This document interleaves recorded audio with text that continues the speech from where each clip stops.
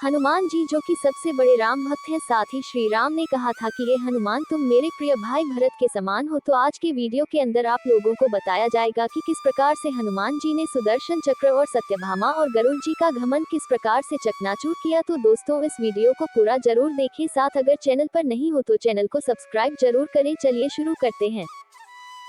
संसार में किसी का कुछ नहीं, ख्वाह मख्वाह अपना समझना मूर्खता है, क्योंकि अपना होता हुआ भी कुछ भी अपना नहीं होता, इसलिए हैरानी होती है। घमंड क्यों, किस लिए, किसका? कुछ रुपये दान करने वाला यदि यह कहे कि उसने ऐसा किया है तो उससे बड़ा मूर्ख और कोई नहीं। और ऐसे भी हैं जो हर महीने लाखों का दान करने हैं लेकिन उसका जिक्र तक नहीं करते, न करने देते हैं। वास्तव में जरूरतमंद और पीड़ित की सहायता ही दान है, पुण्य है। ऐसे व्यक्ति पर सरस्वती की सदा कृपा होती है। पर क्या किया जाए, देवताओं तक को अभिमान हो जाता है और उनके अभिमान को दूर करने के लिए परमात्मा को ही कोई उपाय करना पड़ता है। गरुड़, सुदर्शन चक्र तथा सत्यभामा को भी अभिमान हो गया था और भगवान श्री कृष्ण ने उनके अभिमान को दूर करने के लिए श्री हनुमान जी की सहायता ली थी।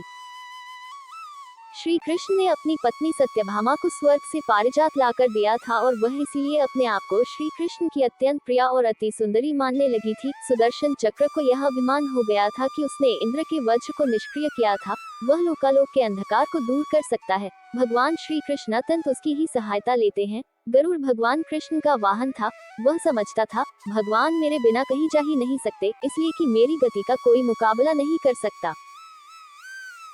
भगवान अपने भक्तों का सदा कल्याण करते हैं, इसलिए उन्होंने हनुमान जी का स्मरण किया। तत्काल हनुमान जी द्वारिका आ गए।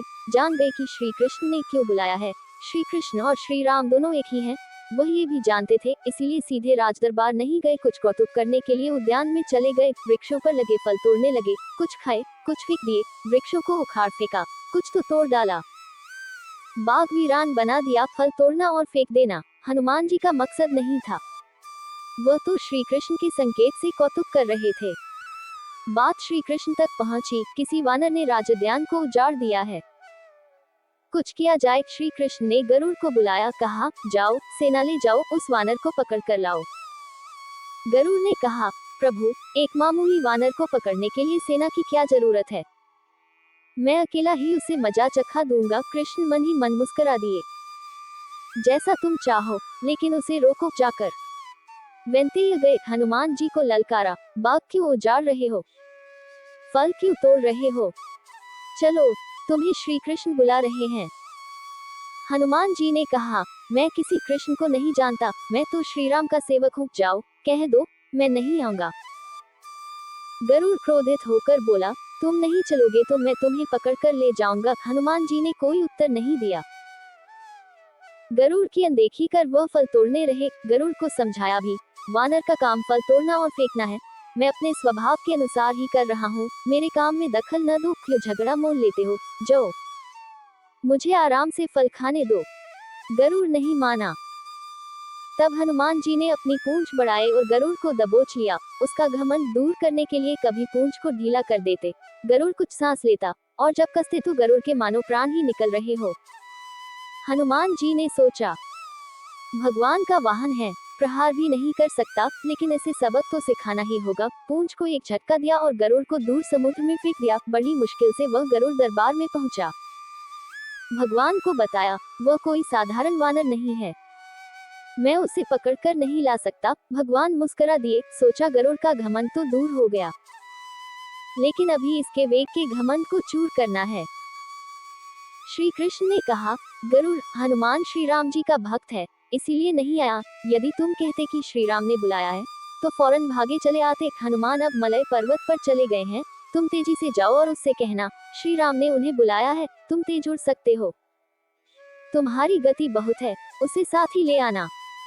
गरुड़ वेग से उड़े, मलय पर्वत पर पहुंचे। हनुमान जी से क्षमा मांगी, कहा भी श्री राम ने आपको याद किया है, अभी आओ मेरे साथ, मैं तुम्हें अपनी पीठ पर बिठाकर मिनटों में द्वारिका ले जाऊंगा। तुम खुद चलोगी तो देर हो जाएगी, मेरी गति बहुत तेज है, तुम मुकाबला नहीं कर सकते। हनुमान जी मुस्कुराए, भगवान की लीला समझ गए, कहा तुम जाओ, मैं तुम्हारे पीछे ही आ रहा हूँ। द्वारिका में श्री कृष्ण राम रूप धारण कर सत्यभामा को सीता बना सिंहासन पर बैठ गए। सुदर्शन चक्र को आदेश दिया, द्वार पर रहना, कोई बिना आज्ञा अंदर न आने पाए। श्री कृष्ण समझते थे कि श्री राम का संदेश सुनकर तो हनुमान जी एक पल भी रुक नहीं सकते। अभी आते ही होंगे गरुड़ को, तो हनुमान जी ने विदा कर दिया और स्वयं उससे भी तीव्र गति से उड़कर गरुड़ से पहले ही द्वारका पहुंच गए। दरबार के द्वार पर सुदर्शन ने उन्हें रोककर कहा, बिना आज्ञा अंदर जाने की मनाही है। जब श्री राम बुला रहे हों तो हनुमान जी विलंब सहन नहीं कर सकते। सुदर्शन को पकड़ा और मुंह में दबा लिया। अंदर गए। सिंहासन पर श्री राम और सीता जी बैठे थे। हनुमान जी समझ गए। श्री राम को प्रणाम किया और कहा, प्रभु आने में देर तो नहीं हुई। साथ ही कहा, प्रभु माँ कहाँ है? आपके पास आज ये कौन दासी बैठी है? सत्यभामा ने सुना तो लज्जित हुई, क्योंकि वह समझती थी कि कृष्ण द्वारा पारिजात लाकर दिए जाने से वह सबसे सुंदर स्त्री बन गई है। सत्यभामा का घमंड चूर हो गया। उसी समय गरुड़ तेज गति से उड़ने के कारण हौंकते हुए दरबार में पहुंचा।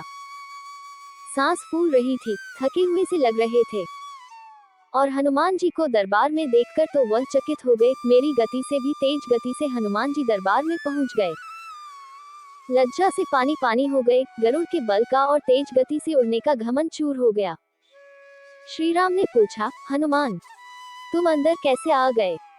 किसी ने रोका नहीं। रोका था भगवान सुदर्शन ने।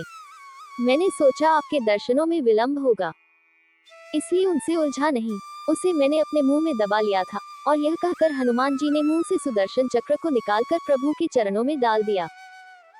तीनों के घमंड चूर हो गए। श्री कृष्ण यही चाहते थे। श्री कृष्ण ने हनुमान जी को गले लगाया। हृदय से हृदय की बात हुई और उन्हें विदा कर दिया।